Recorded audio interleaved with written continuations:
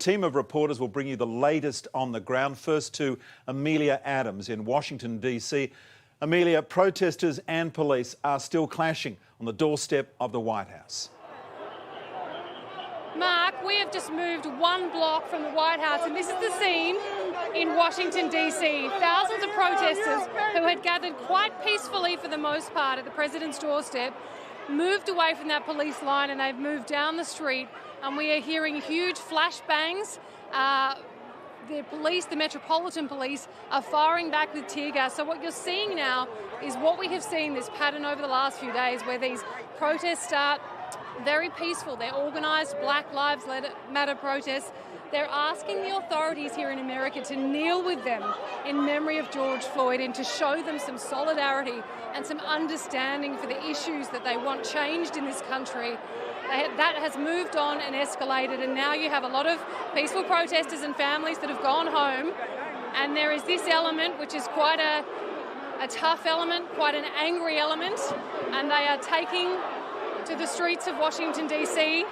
They are on their knees, and you can probably hear they're yelling, "Don't shoot, don't shoot." It's a very tense situation. Police are prepared, as you can see. The National Guard is here, the social service officers are here, and this is the local DC police. So you've got every agency available. The president is in the White House a block away. He has not addressed the nation. He has tweeted a few moments ago simply saying law and order. Mark? Another flashbang there, Amelia. Amelia, if you can hear me, what's the vibe you're getting off the protesters with the police? Is it largely peaceful, or do you think that it's getting more tense than that? There's two really distinct elements. There's a lovely undercurrent of peaceful protesters here who want to talk about their stories, growing up as black people in this country, the systemic racism which needs to change, and those are powerful messages. Unfortunately, Mark, they're getting drowned out by what you are seeing right now, and those are the protesters who are so angry, and they are motivated to destroy this. Whoa! All right, we're moving back. So police are retaliating with tear gas. Yep, you okay? They are firing rubber bullets. You can see that police officer standing on the car firing rubber bullets into the crowd. The protesters, I've got to point out, they are on their knees. They have their hands up. They are saying, "Don't shoot." They are saying, "Kneel for George." This is the situation as night falls in America's capital. Amelia, who are they firing at? Yes, sorry, we will do. Absolutely, thank you, sir. Mark, they're firing at the protesters. So what's happening here is another one. Okay, flashbang, and another one. What's happening is the protesters started hurling projectiles at officers, rocks, bottles filled with things, and as soon as that happened, we're backing up. Up to the wall. It really escalated, and so what you're seeing with the flashbangs and what you're hearing now is the riot police. Is the riot police escalating? We're retaliating and trying to push the protesters back into a certain area. I'm fine. Thank you, sir. So that they can.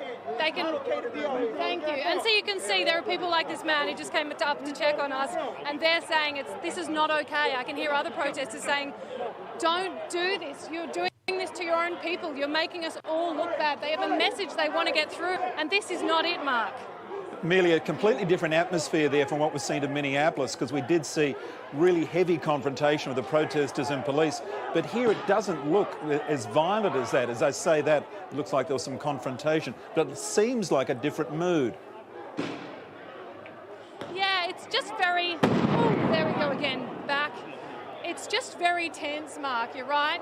And I think what we will inevitably, unfortunately, see is that as people get hurt here, and they are getting hurt, the mood will change again, and as darkness falls, people get angrier and more violent. And Jesus! All right, down. That was close.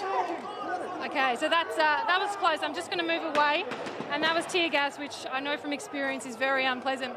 So look, this is going to happen, I think, up and down the streets of DC, because there are protesters here. Nick, stay with me. Who do not want to go home. They're not ready. They're not ready to move on from this protest. They want to stay on their knees in the streets saying, kneel with us for George Floyd. And the officers aren't going to do that. And so this is going to continue to escalate. What are the Behind you. Meals, what are the what are the police actually saying to the protesters? Are they telling them, keep moving, get out of the way, or what? Yeah, so that's what you're hearing. You're hearing move back, and you can probably see there they've got their batons out. They are yelling, move back, and they are pushing them. They did ask, the protesters didn't comply, and now there are projectiles being thrown in both directions. Amelia, give us a sense, how close are you to the White House there? If you were to walk now to the White House, how long would it take? When I started talking to you, Mark, whoa, flashbang. You're okay, thank you, sir. When I started talking to you, Mark, we were 1 block from the president's front door. We're now walked about 3 blocks in that time, down the main street here, H Street, northwest of DC. And this is a beautiful area. I was here 2 months ago as coronavirus shut down this city. It's a gorgeous historic city, as you know. And now a lot of these shop fronts have been vandalised. Now what you're seeing is the police, thank you, sir, the police holding their line. He has a right to immediate medical attention, man. Okay. All right, someone's down to my left. What's he saying, And Amelia? here we have this pattern again. So someone's down, he needs medical attention. Okay, so Mark, the police are now asking us all to stand back from their line. This guy's been quite badly hurt. Okay. Was he hit? Yeah.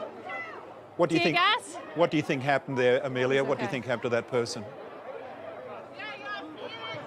Was that a rubber bullet? What was he hit with? Does anyone know what he was hurt with? Okay, there we go. There you go, Mark. So the protester that you're seeing was hit by a rubber bullet, and they're extremely painful and extremely dangerous. So that's what the police are trying to use to control this crowd and keep them in position. We've now stopped moving. We've now got about 2 blocks, which is clear. So the police have cleared that 2 blocks, and on the other side is the White House and another huge crowd just like this one. It seems like, Amelia, that they're content to keep the protesters where they've got them now. They seem to have henned them down that end of the street. It looks like they're content with that now. Yeah, and that's exactly what happened here last night. That containment strategy, as you would know, DC is very much on a grid and keeping everyone in certain blocks so that they can contain the situation as best that they can.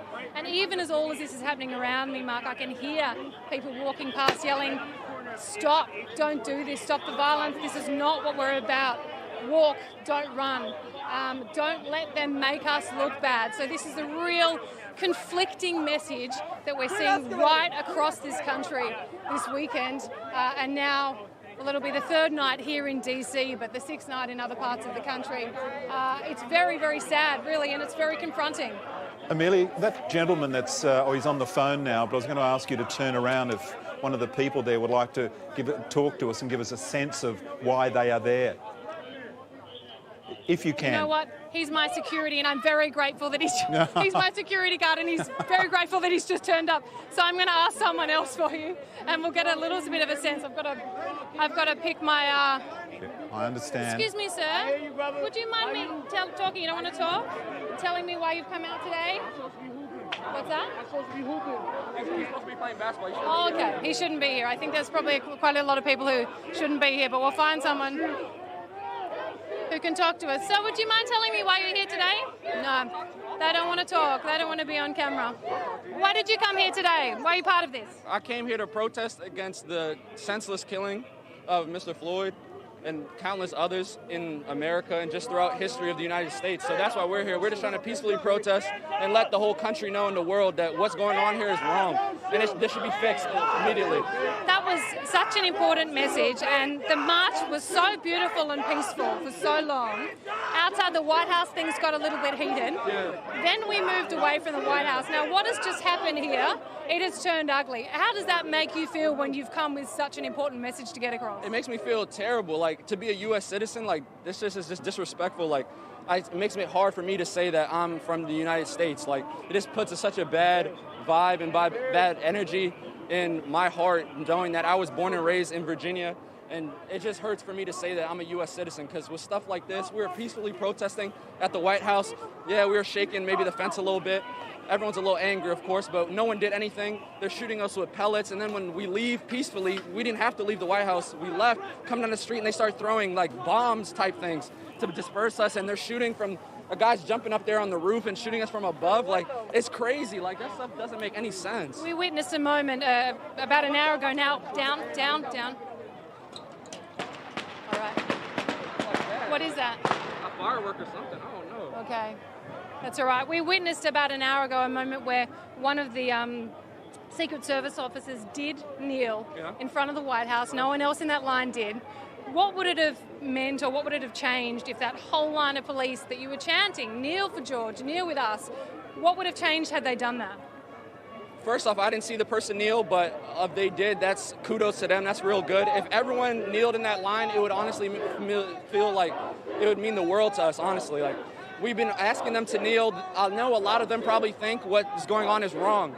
I know not everyone is racist in these cop and police agencies, and I know that a lot of them think what we're doing is correct. They're just following orders. So if more people to start to be more individual in this and start coming together inside the system, they can help us outside, because we're doing everything we can. I just want to ask you very quickly, because we are live on air in Australia, how does this end? What stops this? Because this is night after night now, it's the same pattern, and people are obviously not willing to peacefully protest and go home. I think the only thing that stops this is when we get real reform from the government, local, county, state, national. We need complete change of the judicial system. We need to stop incarcerating so many African American people. We need to stop killing African American people and other minorities. We need a complete 180 of what we have right now. It's going to take a lot, but we're going to be here every day if they don't. So we're here every day. So thank you so much for sharing your perspective and your insights with us, and stay safe. All the best. Thank you. So there you go, Mark. As you just heard, these people are going to be here, he said, every day until something changes. You do get a sense, and I know through history, 1968, 1992, 2020 has brought something different to America. This is an absolutely critical moment, and how it is managed and how this country moves forward here is so important. Amelia, fantastic cross. Stay safe, and we'll be crossing to you throughout the morning. We'll talk to you soon, okay?